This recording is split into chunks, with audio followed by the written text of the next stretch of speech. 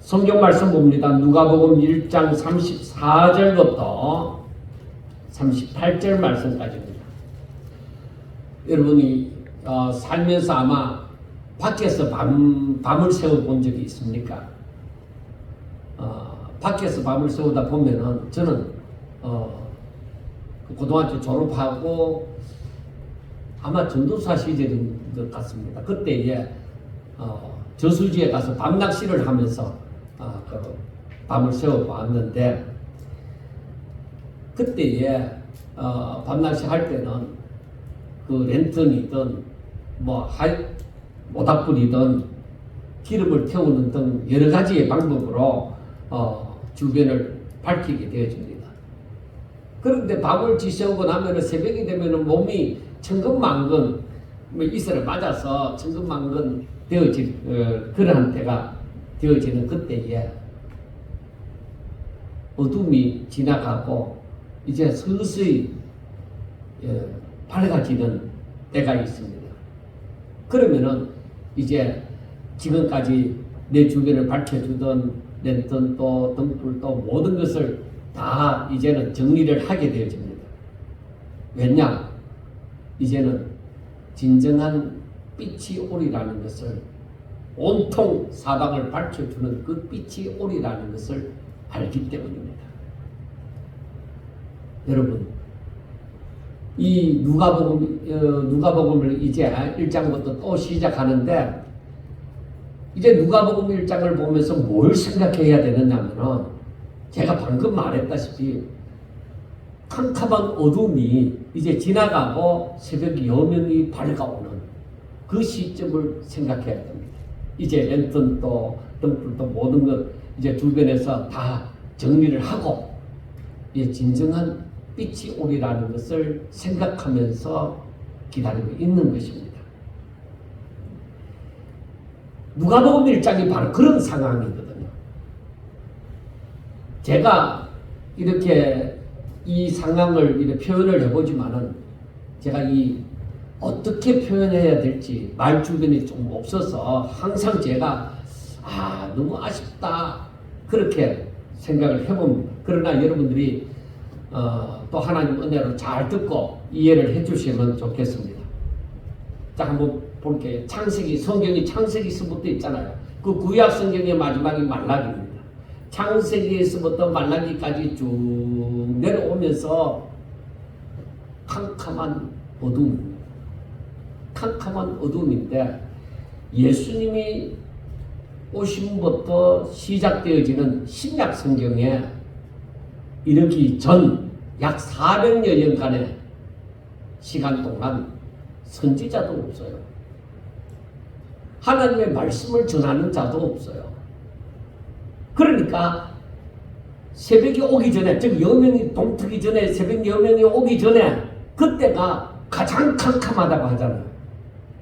바로 구약이 끝나고 신약이 오기 전 이 한 400년의 시간이 선지자도 없고 하나님의 말씀도 없는 캄캄한 시간입니다. 그런데 어디선가 이제 옅은 빛이 비치기 시작합니다. 그게 바로 누가복음 1장에서 말을 하고 있는 것입니다. 짙은 어둠 가운데 비치는 빛입니다. 그래서 누가는 먼저 세례 요한의 탄생을 얘기하고 있습니다. 세례 요한은 진정한 빛은 아닙니다.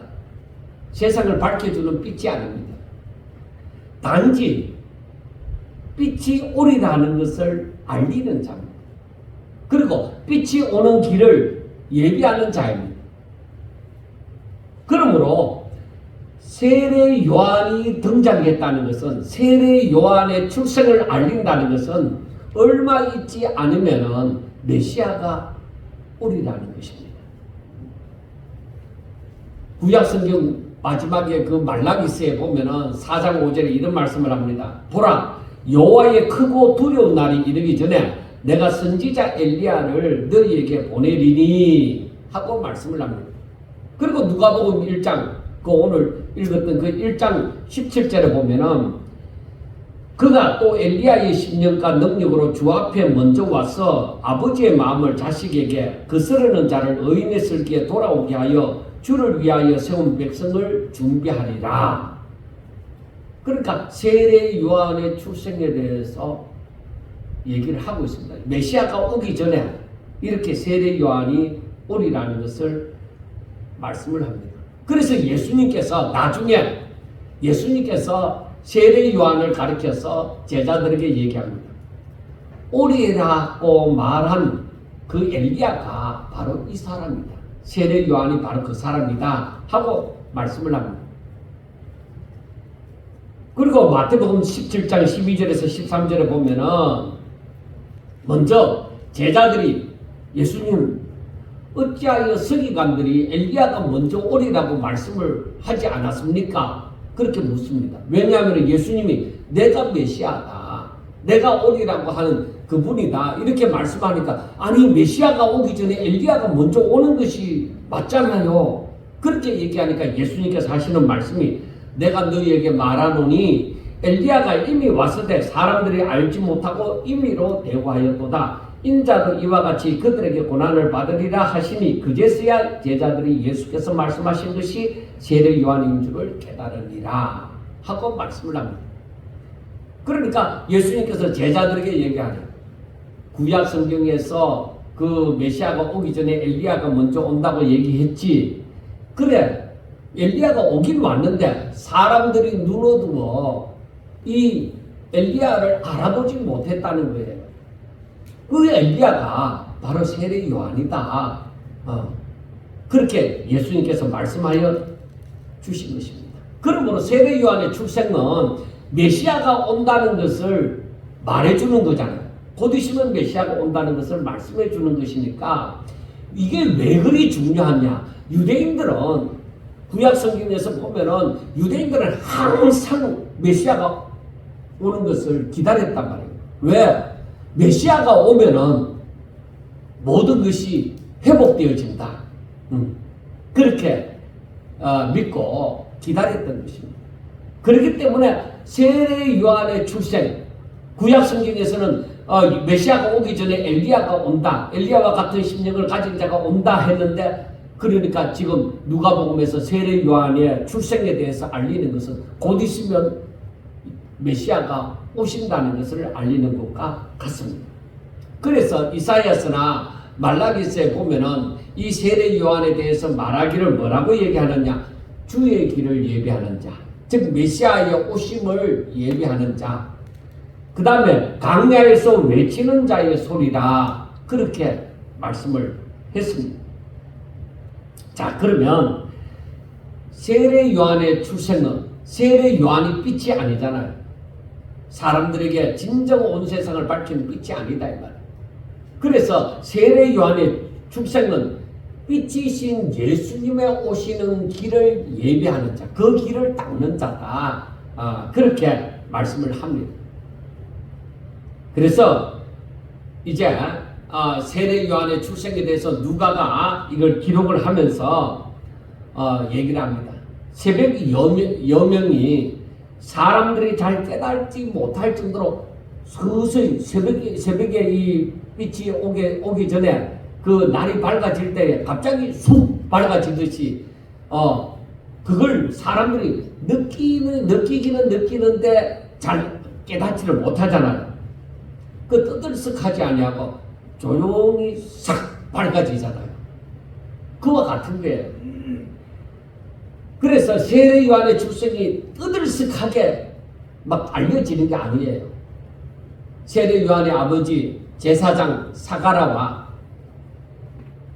사가라의 부인 엘리사벳은 평소에 하나님의 모든 계명과 규례대로 잘 지켜 행하는 의인이라고 불릴 만한 사람들이었습니다. 그런데 이들에게는 나이가 많이 들었는데 아이가 없는 겁니다.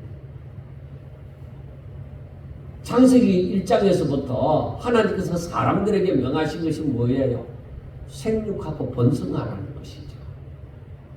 그리고 그리고 구약 성경을 보면서 사람들의 숫자가 많는 것이 이 땅에 살기에 굉장히 유리합니다. 그리고 대를 이어야 되는데, 아니 사가랴의 집안에는 그 안에 엘리사벳이 수십 년이 되어져도 아이를 못 낳는 겁니다. 그래서 성경에서도 말씀을 하지만은 엘리사벳은 이제 아이 못 낳는 여자로 이제 알려진 거예요. 엘리사벳에게는 이제 아이가 없다. 이제는 너무 늙어서 아이를 못 낳겠다. 이제 그렇게 되어진 거예요. 이제 그렇게 하면서 저들이 이제 그래도 하나님을 믿는 사람이고 사가랴는 또 제사장이니까 제사장들이 한 사람만 있는 것이 아니라 제사장들이 많아요. 그래서 그때는 그 자신들의 순서를 따라서 성전에 들어가서 봉사를 하는데 마침 사가랴가 자기가 성전에 들어가서 봉사하는 그런 반열에 있었던 것입니다. 그래서 거기에서 지성소에 이 성소에 들어가서 일할 지성소에까지 들어가는 사람은 한 사람이에요. 그때 사가랴가 뽑혔단 말이에요. 그래서 사가랴가 들어가서 성소에 들어가서 있는데 그런데 분양을 할 때에 천사가 사가랴 앞에 나타난 것입니다. 그 사가랴가 깜짝 놀라죠. 그런데 천사가 하는 말이 사가랴야 무서워하지 마라. 너의 간구함이 들렸다. 너 아내 엘리사벳이 너에게 아들을 낳아주리니 그 이름을 요한이라고 해라. 여러분 그냥 아들이 있으리라는 말하고 아들을 낳으면은 그 이름을 요한이라고 해라 하고 더 구체적으로 말해주는 거하고 다르잖아요.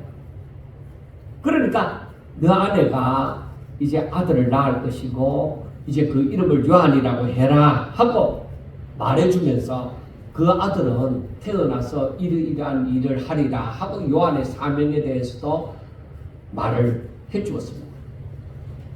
이 말을 들은 사가랴는 믿을 수가 없는 거야. 왜냐? 자기도 나이가 많지만은 아내는 여자는 아이를 임신할 수 있는 가임 기간이 있잖아요. 그래 그 가임 기간이 지났단 말이에요. 아내가. 그러니까 이제 이 사가랴는 천사가 하는 말이라도 이게 도대체 무슨 일인가 싶어서 천사에게 얘기했습니다. 내가 이것을 어떻게 알리요? 나도 늙고 아내도 늙었는데 이것을 어떻게 알겠느냐? 이렇게 될 줄 알겠느냐? 그렇게 말을 했습니다. 그러니까 천사가 하는 말이 사가랴야 나는 하나님 앞에 서 있는 가브리엘이다. 그래 하나님의 심부름꾼이라는 말이죠. 이 좋은 소식을 너에게 말하라고 내가 보냄을 받았다. 그런데 너가 내 말을 안 믿구나. 그래서 너가 아이를 낳을 때까지 벙어리가 되리라. 그러나 이제 때가 이르면 내 말이 이루어질 것이다. 그래 아이를 낳고 난 다음에 한참 있다가 나중에 이제 이 사가랴가 말을 하게 되어지는데 그러니까 아이를 낳을 때까지 이제 사가랴는 벙어리로서 생활을 하는 것입니다. 그런데 성소에서 밖으로 나오니까 사람들이 사가랴가 말을 못하게 되어지니까 야, 저 성소 안에서 분명히 무슨 일이 있었던 모양이다. 사람들은 그렇게 생각을 하게 되어졌던 것입니다. 자, 하나님께서 말씀하신 것을 사가랴가 나는 못 믿어. 그 의심을 해도 안 되잖아요. 그러니까 확실하게 믿도록 하나님께서 그 증거로 벙어리로 만들어 줄 거예요. 그러니까 그게 결코 나쁜 일이라고만은 볼 수가 없는 거예요. 하나님께서 말씀하신 것이 그대로 이루어지리라는 것을 사가랴는 이제부터 뭐야? 눈으로 목도하면서 살게 되어지는 것이죠. 그래서 이 엘리사벳이 남편이 왔는 거 보니까 말을 못하는 사람이 되어졌단 말이에요. 벙어리가 되어졌단 말이에요. 그래서 엘리사벳이 남편이 아마 적어주든지 어떻게 표현을 해서 아이가 있으리라는 것을, 천사가 이런 말을 했다는 것을 주었겠죠. 그러니까 엘리사벳도 두렵잖아요. 그러니까 아이를 그 다음 달부터 이제 아이를 가지게 되어졌는데 두려우니까 5달 동안을 숨어서 지내는 거예요. 사람들이 함부로 말하지 못하도록 하는 의미도 있을 것이고 자기도 조심하는 그런 의미도 있을 것이고 5달 동안을 숨어서 조용히 지냈습니다. 자, 이제 이 누가복음 1장을 보면은 누가는 세례 요한의 출생을 알리고 이번에는 이어서 진정 사람들의 빛이신 예수님의 출생을 알리고자 합니다. 그리고 세례 요한이 나타났다는 것은, 출생을 하게 되어진다는 것은 메시아가 오리라는 것이잖아요. 그리고 이제 세례 요한의 출생에 대해서 얘기하고 난 다음에 이제 예수님의 출생에 대해서 얘기합니다. 엘리사벳이 잉태하고 6째 달에, 그러니까 세례 요한의 출생을 말하고 금방 그 다음날 마리아 곁에 간 게 아니에요. 6달 동안을 지나고서 천사 가브리엘이 이제 다시 그 갈릴리 나사렛 동네에 다윗의 자손 요셉이라고 하는 사람과 정혼한, 결혼하기로 약속한 그 마리아에게 나타났습니다. 천사가 마리아에게 이렇게 말합니다. 은혜를 받은 자여 평안할지어다. 주께서 너와 함께 하시도다 하면서 이 처녀가 깜짝 놀랄 거 아니에요. 천사가 나타나서 그렇게 말을 하니까. 그러니까 천사가 하는 말이, 마리아야 무서워하지 마라. 너가 하나님께 은혜를 받아. 그러면서 하시는 말씀이, 보라 너가 잉태하여 아들을 낳을 것인데 그 이름을 예수라 하라. 이번에도 정확하게 이름까지 말씀하여 주신 것입니다. 그리고 하시는 말씀이, 그가 큰 자가 되고 지극히 높으신 이의 아들이라 일컬어질 것이요 주 하나님께서 그 조상 다윗의 왕위를 그에게 주시리니 영원히 야곱의 집을 왕으로 다스릴 것이며 그 나라가 무궁하리라. 예수님의 하실 일에 대해서 말씀을 한 거예요. 그러니까 마리아가 놀라지 않을 수가 없습니다. 그냥 아직까지 결혼을 하지 않았기 때문에 처녀다 이 말이에요. 그런데 아이를 잉태한다고 하니까 그것도 놀라운 일인데, 그 낳을 아이가 바로 큰 자가 되고 지극히 높으심이라는 것은 하나님의 아들이라 그렇게 일컬어질 것이라는 겁니다. 그리고 다윗의 왕위를 이어서 영원히 왕이 되어진다는 거예요. 그래서 그 나라가 무궁하리라는 것을 말씀합니다. 얼마나 놀라운 일입니까? 마리아가 놀라지 않을 수가 없습니다. 남자를 알지 못하는 자신이 아이를 잉태하는 것은 말도 안 되는 일이다. 내가 어떻게 아이를 낳지? 하고 생각을 했을 것입니다. 마리아가 천사가 하는 말을 이해하지 못할 리가 없습니다. 왜냐하면 다윗의 자손으로 온다는 것도 메시아거든요. 그러니까 유대인들은 이미 이 사실에 대해서 어느 정도 다 알고 있단 말이에요. 이러한 지식은 다 알고 있습니다. 그러니까 마리아도 다 이해를 했을 것입니다. 마리아는 천사에게 말을 합니다. 나는 남자를 알지 못하는데 어떻게 이런 일이 있을 수 있겠습니까? 하고 물었습니다.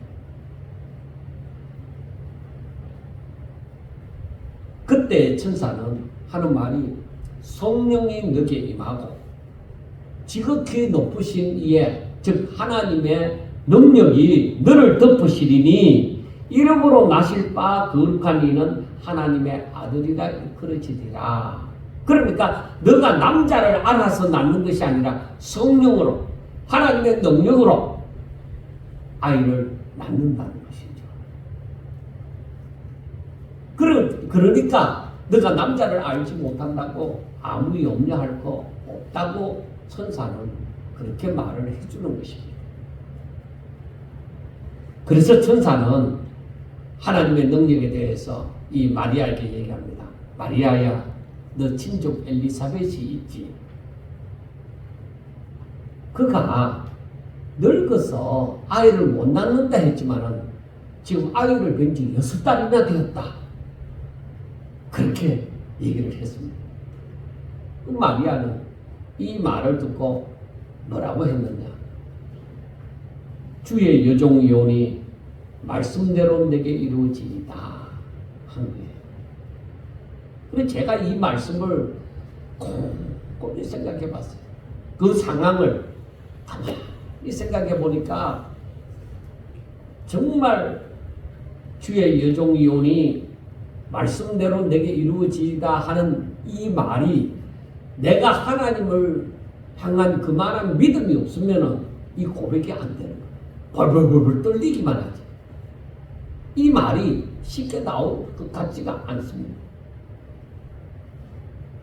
여러분, 그러니까 우리가 하나님에 대해서 잘 알아야 될 필요성이 있습니다.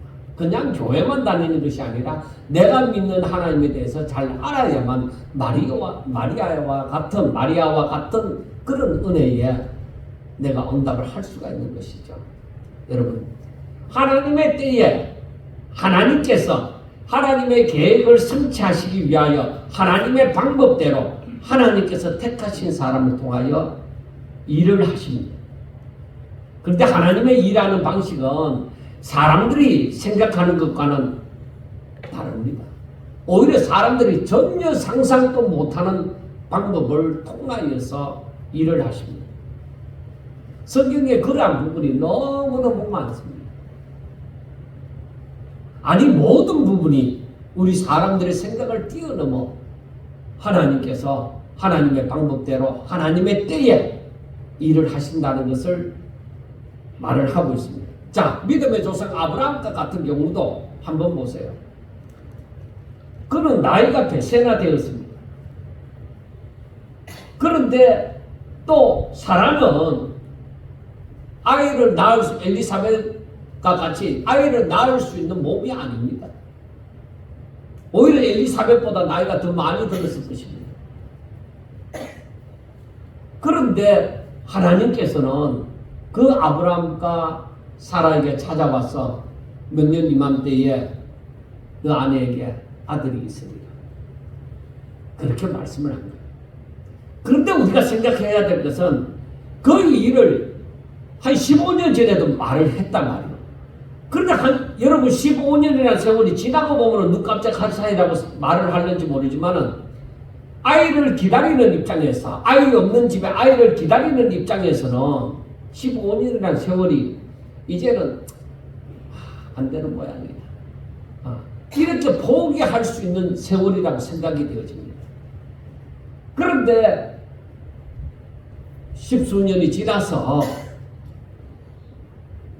아브라함에게 나타나서 몇 년 이맘때에 이제는 정확한 내년 이맘때에 아들이 있으리라고 말을 하므로 결국에는 아브라함과 사라에게 이삭이라는 아들이 주어졌습니다.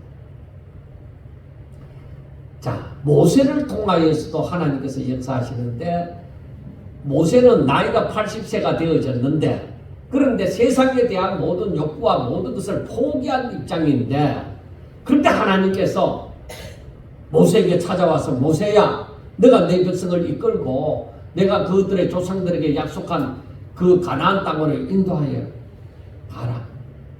그렇게 말을 했을 때에 모세는 나는 나이도 많고 나는 그럴 만한 사람이 못 됩니다 하고 얘기할 때 모세야 내가 너와 함께 하니까 아무 걱정하지 말고 너가 이 일을 감당하라고 했을 때 모세가 정말로 그 애굽에서 400여 년 동안이나 종살이 하던 그들을 그 힘센 바로왕 앞에서 이끌고 강야 생활 40년을 하고 바로 하나님께서 지시하는 땅, 그 가나안 땅을 바로 눈앞에 두고 모세는 죽게 되었죠.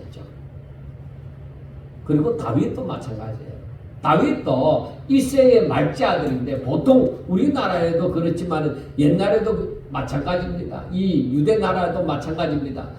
우리나라 같은 경우도 무엇이든지 장자에게 먼저 우선권이 주어지잖아요. 그 이새한테도, 이새라는 사람한테도 자기 다윗의 형님들이 7이 쭉 있습니다.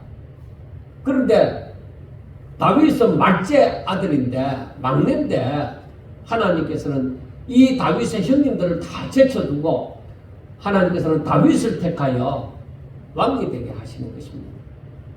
왕으로 기름을 부었습니다. 그런데 이것만 놀라운 일도 아닙니다. 어린아이들도 잘 아는 다윗과 골리앗의 싸움에 있어서는 다윗이 도저히 덩치를 보더라도 감당할 수가 없습니다. 골리앗을 이길 수가 없습니다. 그런데 갑옷도 없고 무기도 없고, 다윗은 평상시에 쓰던 물매 하나와 돌 몇 개 주워갖고 주머니에 넣고 갑니다. 그래서 그 돌을 돌려갖고, 물매로 돌려갖고 던지니까 그냥 골리앗의 이마에 그냥 팍 박혀가 한 방에 죽어버린 것이죠. 어떻게 이런 일이 일어날 수 있느냐요. 이와 같이 하나님께서 일하시면 우리가 상상도 할 수 없는 방법, 우리 인간의 계산으로는 계산이 안 나오는 방법으로 하나님께서는 이렇게 일을 하시는 것입니다. 그래서 우리는 성경을 읽으면서 우리 머리로 이해가 되기 때문에 아멘 하는 것이 아니라 하나님의 말씀이기 때문에 아멘 하는 거예요. 마리아가 자기가 남자를 알지 못하는데 아이를 잉태한다는 것이 이해가 되어지느냐? 이해가 되기 때문에 주의 계집종이오니 주의 말씀대로 이루어지이다, 그렇게 말을 했느냐? 아니에요. 이해가 안 됩니다. 이해가 안 되지만은, 그런데 하나님의 말씀이니 하나님의 뜻이니 아멘 이렇게 말하는 거예요. 이게 뭐냐? 믿음이라는 거죠. 하나님의 말씀에 대한 믿음이라는 것입니다. 여러분, 이게 믿음이에요.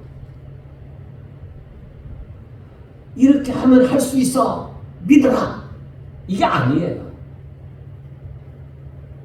내가 아무리 생각하고 오고 가는 모든 세대에 이런 일이 있었느냐 생각해 볼 때 없다 이거예요.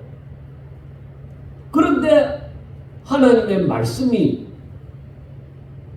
이렇게 되어질 거야, 이렇게 되리라, 그렇게 말씀할 때에 내가 이해가 되기 때문에 아멘 이렇게 하는 것이 아니라, 이해가 안 돼도 하나님께서 말씀하셨으니 아멘 이렇게 하는 것이 신앙입니다.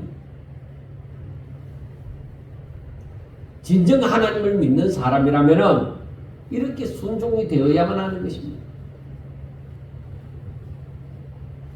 그래서 우리가 한번 우리 자신을 한번 돌아보셔야 됩니다. 내가 아직까지 교회를 다니면서 하나님을 믿는다고 하면서 나는 내가 믿고 싶은 대로, 즉 내가 이해할 수 있는 것만 내가 믿고 사느냐, 아니면은 나는 이 하나님의 말씀을 내가 이해할 수 없는 것들이 너무 많다, 너무 많은데 그래도 하나님의 말씀이니까 나는 믿는다는 것이냐, 내 믿음은 어떤 것이냐는 것입니다. 이렇게 말씀을 하니까 제가 신학교를 다니던 그 시절이 생각이 납니다. 주일학교 때, 그리고 신학교를 1학년 들어갔으니까 이제 교육전도사를 하는데, 그 설교 준비를 하는데, 보통 신약성경, 주일학생들이니까 신약성경을 가지고 한단 말이에요. 근데 신약성경을 보면은 물이 변하여 포도주가 되었다. 말도 안 되는 소리. 그러면 포도나무 키울 필요가 뭐 있는데? 포도를 재배할 게 뭐 있느냐? 물을 갖다 부어놓고 하나님 앞에 열심히 기도하가 믿습니다 하고, 그래서 포도주가 되면은 그것도 극상품 포도주라고 말을 하지 않느냐? 포도를 재배해갖고 극상품 포도주 만들려고 하면은 얼마나 포도를 재배를 잘해야 되며 숙성을 잘해야 되겠습니까? 말도 안 됩니다. 이걸 믿으라고. 오늘날에 왜 그런 일이 없느냐? 그때 그런 일이 예수님께서 행하셨으면은, 또 성경에 그런 일도 있잖아요. 나보다 더 큰 일을 행한다. 그러면 지금은 그런 포도주 생산하는 데가 많이 나와야 될 거 아니냐. 그러니까 또 믿을 수 없는 게 물 위로 걷는 겁니다. 베드로가 물 위로 걸었다는 거야. 그래서 제가 이 냇가에서 그 얘기를 이미 고등학교 때 들었거든요. 고등학교 1학년 때는 열심히 다녔으니까 그 신약 성경을 이제 쪽복음이라고 하죠. 기도원 옆에서 나온 거, 그걸 이제 들고 다니면서 읽고 했기 때문에, 그래서 제가 혼자서 시험을 한 거예요. 냇가에 가서 내가 이 물 위를 조금이라도 이 물 위에 설 수 있겠느냐. 지금도 생각이 나요. 그걸 발을 한번 디디면은 제발 내려가지 마라 하고 디디면 그냥 쏙 넘어간단 말이에요.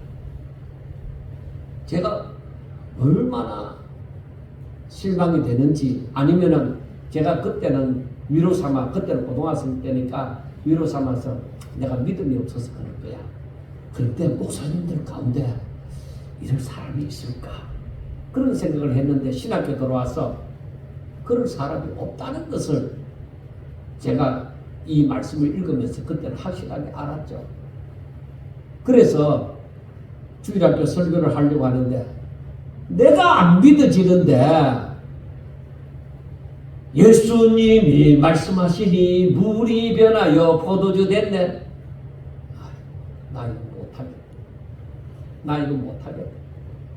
노래는 뭐 그렇다고 하지만은, 이걸 애들 보고 믿으라 하면, 내가 안 믿어지는데 애들 보고 믿으라 하면 말이 안 되는 거잖아. 그래서 제가 갈등을 참 많이 했습니다. 나는 진심으로 믿고 싶으니까. 그래서 하나님 앞에 기도했어요. 그때 하나님, 내가 안 믿어지는데 어떻게 애들한테 이걸 설교할 수 있겠느냐? 못하겠습니다. 그래서 제가 큰 결심을 했습니다. 하나님, 내가 안 믿어지면 나 이제 이 신학교 하지 말고 다른 길로 가든지 해야 되겠습니다. 하나님은 좋으신 분이라는 것을 내가 알겠는데 이 성경을 믿고 내가 설교한다고 하는 것은 내 양심이 상하고 나 그것도 못하겠습니다 하고 기도를 하기 시작한 거예요. 왜? 내 장래가 달려있으니까. 그때 이미 결혼했어요. 학생까지 낳았어요. 그래서 먹고 살기를 살아야 되지만 나 거짓말을 해가면서까지 그렇게 살고 싶지는 않단 말이에요. 그래서 얼마 동안 제가 계속 기도하면서 이제 그런 부분만 피해갖고 설교를 한 거죠. 그런데 제가 어느 날이라고만 이 어느 몇 년도 몇 월 며칠 이렇게만 얘기할 수는 없어요.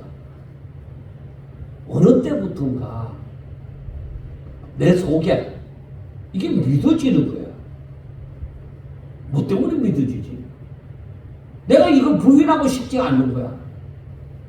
어떻게 이래 됐지? 쉽게 하고 나 못 믿겠다는데 이게 어느 순간부터 하나님께서 내게 믿어지는 그런 은혜를 주신 거예요. 그래서 나중에 보니까 이 믿음이라는 것이 내가 이해가 되어져서 생기는 것이 믿음이 아니라 이 믿음이라는 것이 하나님의 선물이라고 나와져 있는 거예요. 그렇구나. 내가 이해되어져서 믿는 것이 아니라 이 믿음을 하나님이 내게 선물로 줘야만 내가 부인할 수 없는 믿음이 되어지는 거야. 이게 믿으지. 하나님의 선물로 내게 믿음이 와줘야 돼. 그래서 제가 이 마리아를 생각해 보면서 생각되어지는 것이 하나님의 은혜를 받은 자여 마리아야 놀라지 말라 너는 하나님의 은혜를 받은 자다. 그래 하나님의 은혜로 인하여 믿음으로 말미암아 그렇게 해서 구원을 받는다는 거야. 그래 내가 하나님의 은혜를 입으니까 이 믿음이 선물로 와져. 마리아가 하나님의 은혜를 입었으니까 이 믿음이 선물로 와져. 그러니까 마리아에게서 고백이 나와지는 거야. 주의 여종이 오니 주의 계집종이 오니 말씀대로 이루어지겠다. 이 고백이 나온다 이 말이야. 아무나 우리가 이렇게 의식적으로 대놓고 내가 내 의지로서 하나님 뜻대로 되게 해주세요. 말은 그렇게 할 수 있어요. 내 전심으로 이 고백이 잘 안 됩니다. 그래서 내게 믿어지는 은혜가 임할 때에 성경을 읽든지 듣든지 하면서 이게 믿어지는 은혜가 임할 때에 이게 하나님이 날 사랑하는구나. 그거 아무에게나 안 주는데 하나님 사랑하는 자에게만 이런 은혜를 주시고 이런 믿음을 주시는데 내가 하나님께 사랑을 받는구나. 그렇게 다. 그래서 제가 성경을 읽다가 듣다가 하나님의 말씀이 깨달아지면은 감사하라고 하잖아요. 왜? 아무에게나 이게 깨달아지는 게 아니라 내가 하나님의 말씀을 더 알고 싶다. 더 깨닫고 싶다. 진짜 하나님 뜻대로 살고 싶다. 이런 마음이 생기는 자체가 이게 내 힘으로 되는 게 아니라 이게 하나님의 은혜라는 거예요. 여러분 선지자도 없고 하나님의 말씀도 없는 그런 흑암과 같은 시대에 빛이 들어오기 시작합니다. 자, 빛이 들어오면 뭐예요? 나중에 그 빛이 하나님 빛이면 새날이 시작이 되어지는 것입니다. 이것은 요한복음에서 사도 요한이 뭐라고 얘기하느냐? 빛이 어두움에 빛이 돼 어두움이 깨닫지 못하더라 하고 요한복음 1장 5절에 얘기합니다. 아침이 밝아오는데 새벽에 여명이 싹 오는데 갑자기 싹 밝아지고 온단 말이에요. 그러니까 이게 막 소리를 지르고 지금부터 날이 밝을 거야 하고 소리를 지르고 오는 것이 아니라 서서히 싹 밝아지는 거예요. 조용히 다가옵니다. 그리고 어느 순간에 날이 밝아져. 그런데 어둠에 빠져있는 사람들은 빛을 영접하지 못합니다. 어둠에 빠져있는 사람들. 이와 같이 짙은 어둠에 빠져서 구원이라고는 가망이 보이지 않는 세상에 빛이 들어옵니다. 이 상황을 설명해 주는 것이 바로 누가복음 1장이에요. 여러분 이 요즘에는 3교대도 하고 이제 뭐 2교대 하든지 하면서 야간 근무를 하는 사람들 많잖아요. 그러면은 아침에 이 낮과 밤이 바뀐 사람들 있잖아요. 그러면은 잠을 자야 되는데 빛이 들어오면 잠을 잘 수가 없잖아. 그러니까 집에다 암막 커튼을 쳐놓고 막 밤인 것처럼 막 빛이 주장하지 못하도록끔 암막 커튼을 쳐놓고 주무시는 분들도 있다 이 말이에요. 그러니까 어두움에 빠져야 잠을 자는 거예요. 내가 빛을 느끼고는 잠을 잘 수가 없어요. 하나님의 그 은혜의 빛이 내게 비치면, 그것도 환하게 비치면 내가 잠들 수 없죠. 세상에 어두운 가운데 내가 잠들 수 없죠. 내게 환한 빛이, 하나님의 은혜의 그 환한 빛이 내게 탁 비춰지는데 내가 어떻게 빛을 알지 못하는 사람들과 같이 암막 커튼을 쳐놓고 잠을 자는 사람과 같이 내가 잠들고 있겠느냐. 그 빛은 나를 어둠 속에 살지 못하도록 하는, 일어나라는 것이죠. 빛이 비치는 것은. 사랑하는 여러분, 여러분은 어둠과 같은 자신에게 예수님을 영접함으로, 즉 예수님을 믿음으로 빛으로 밝아진 것을 느끼십니까? 저는 솔직히 말하여서 처음에는 호기심과 아울러서 신이라는 존재를 조금 의식을 했습니다. 그래서 초등학교 3학년 때 그것을 의식하고는 야, 신은 있어. 그래서 제가 신에 대해서 굉장히 관심을 가지게 되어졌습니다. 그리고 신학교를 들어가서 나중에 목사가 되어졌을 때는 빛을 알기는 아는데 어떻게 해야 되는지를, 어떻게 살아야 되는지를 잘 알지 못했습니다. 그래서 제가 목사를 해야 되나 말아야 되나 그때도 딜레마를 많이 느꼈습니다. 왜 그런지 압니까? 이 목사가 되어져서 교회 안에 생활을 하다 보니까 이 믿음의 세상도 성경과는 다른, 오히려 세상이 말하는 성공을 따르고 있었기 때문입니다. 그 신학교 갔어도, 그리고 목사님들끼리 모였어도, 가르치는 자도, 듣는 자들도 유명한 목사가 되어져야 된다는 것이죠. 저는 사실 유명한 목사가 되려고 했습니다. 그런 야망을, 꿈을 가지고 살았죠. 저는 그렇게 될 줄 알았습니다. 왜? 제가 신학교 다니면서 1등을 놓쳐본 적이 없고, 졸업할 때도 수석 졸업을 하고, 총신대학원에 입학할 때도 수석으로 입학을 했고, 그렇기 때문에 저는 유명한 목사가 되려는 줄 알았습니다. 그런데 제가 사투리를 쓴다는 것 때문에 서울로 진출을 할 수 없었는 거예요. 그래서 제가 자존심은 또 세갖고 싫으면 간두라지. 대통령도 경상도 사람이었는데 뭔지 사투리 쓴다고 막 전도사를 안 써줘? 나 안 가. 그러면 나 안 가. 나중에 가면 되지.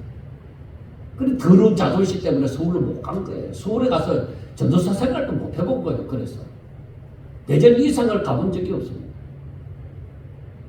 그런데 사람들은, 선배 목사님들이 얘기합니다. 지금 못 가면 너 목사하는 동안에 죽을 때까지 못 가. 그게 그대로 이루어지더라고요. 그 사람은 태어나면 서울로 가고 말은 태어나면 제주도 가야 된다는 게 그 말이 맞는 것 같기도 하더라고요. 그런데 유학을 가려고 딱 준비를 했는데 이 교수가, 이 추천서를 써준 교수가 나를 미워하는 거야.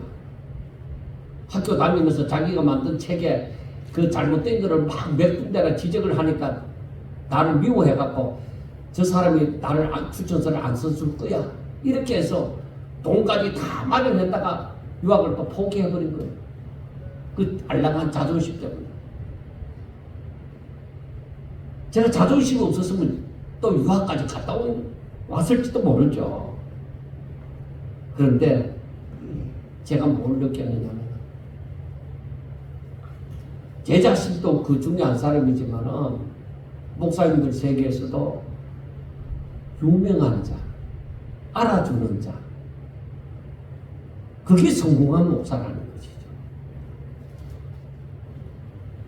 그래서 제가 굉장히 왜 내가 잘 살 수 있었는데 왜 내가 그 길로 못 갔을까? 왜 나는 서울로 가면 안 됐을까? 왜 나는 유학의 길에 올라섰으면 안 됐을까? 정말 많은 고민을 했습니다. 그런데 이제는 세상이 말하는 그런 성공이 아니라는 것을 알았습니다. 세상이 말하는 성공을 지금도 제가 계속 쫓았더라면 저는 지금의 하나님을, 제가 만나는 하나님을 만날 수가 없었을 것입니다.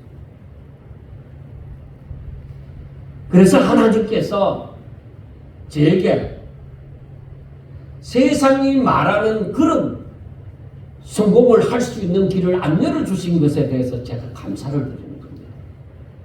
지금도 밥 먹고 살고 있으니까 하는 소리입니다.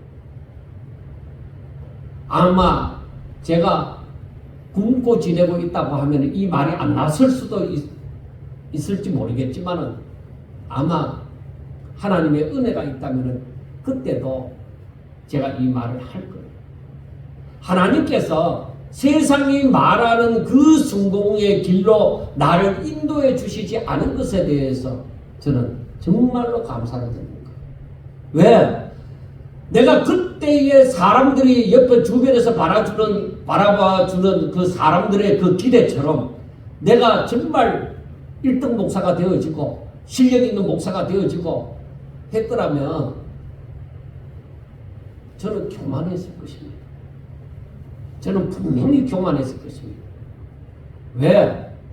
사람이 잘 나가면서 교만 안 해지는 사람은 거의 없습니다. 잘 나가면 교만해집니다. 그리고 낮아질 수가 없어요. 내가 위에 올라갔는데 사람들이 알아주는 높은 자리에 올라갔는데 내가 낮아지는 거 참 힘듭니다. 그래서 저는 하나님께서 세상이 말하는 그 성공의 길로 걸어갈 수 없게 나를 다 차단시켜 주신 것이 너무 감사합니다. 이건 진심입니다. 사랑하는 여러분, 진정 참빛, 곧 세상에 와서 각 사람에게 비추는 그런 은혜와 진리가 충만한 참빛을 온전히 영접하셔서 하나님의 자녀로 살고 있다는 것이 너무 행복해지시기를 주의 이름으로 축원합니다. 그것은 마리아처럼 하나님 말씀 앞에서 아무 계산하지 않고 하나님의 말씀대로 이루어지기를 바라는 그 신앙, 아멘의 신앙입니다. 주의 여종이 오니 말씀대로 내게 이루어지이다. 하나님의 뜻대로 세상이 말하는 성공, 내가 바라는 그 야망대로 안 이루어져도 하나님 말씀대로 이루어지기를 내가 소원합니다 하는 그런 진실된 그런 신앙으로 살아야만 합니다. 그렇게 살면 인생이 달라지고 보여지는 것이 달라지는 것입니다. 그러니까 가치관이 달라집니다. 그리고 하나님의 임재를, 그때의 하나님의 임재를 체험하는 거예요. 그 예수님 앞에 나왔던 부자 청년에 대해서 제가 여러 번 얘기를 하잖아요. 왜 그러냐? 그게 너무 절실하게 느껴지는 거예요. 부자 청년이 자기가 세상의 사람들이 알아주는 그 재물을 팔아서 가난한 자들에게 나누어 주었더라면 하늘의 보화가 임할 것이고 하나님의 그 임재가 그에게 있을 것이고 그는 영생을 누렸을 것이지 않느냐. 이야, 그래, 이게 하나님의 법칙입니다. 여러분, 하나님 안에 들어가면은 세상 사람들이 걱정하는 그런 걱정하지 않습니다. 사는 것이 달라집니다. 보이는 것이 달라집니다. 계산하는 것이 달라집니다.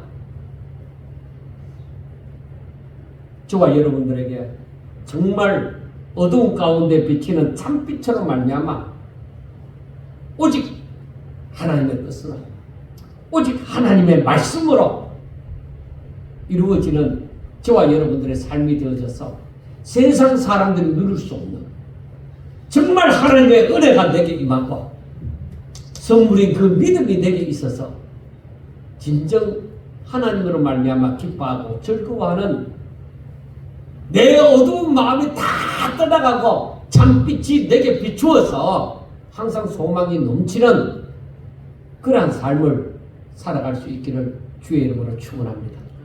기도드리겠습니다. 하나님 감사합니다. 저희 마음에 어둠으로 차 있다고 하면은 오늘 하나님의 말씀으로 인하여서 아버지의 그 빛, 참빛이 저희들 가운데 비추어져서 어둠이 다 물러가고 오직 그 빛으로 말미암아 기뻐하고 즐거워하는 그러한 삶을 살아갈 수 있도록 도와주시옵소서. 마리아처럼 아멘 주의 여종 요원이 말씀대로 이루어지이다 하는 그 신앙을 저희들에게 아주 돈독하게 새겨지도록 하여 주시옵소서. 예수님 이름으로 감사하며 기도드리옵나이다. 아멘.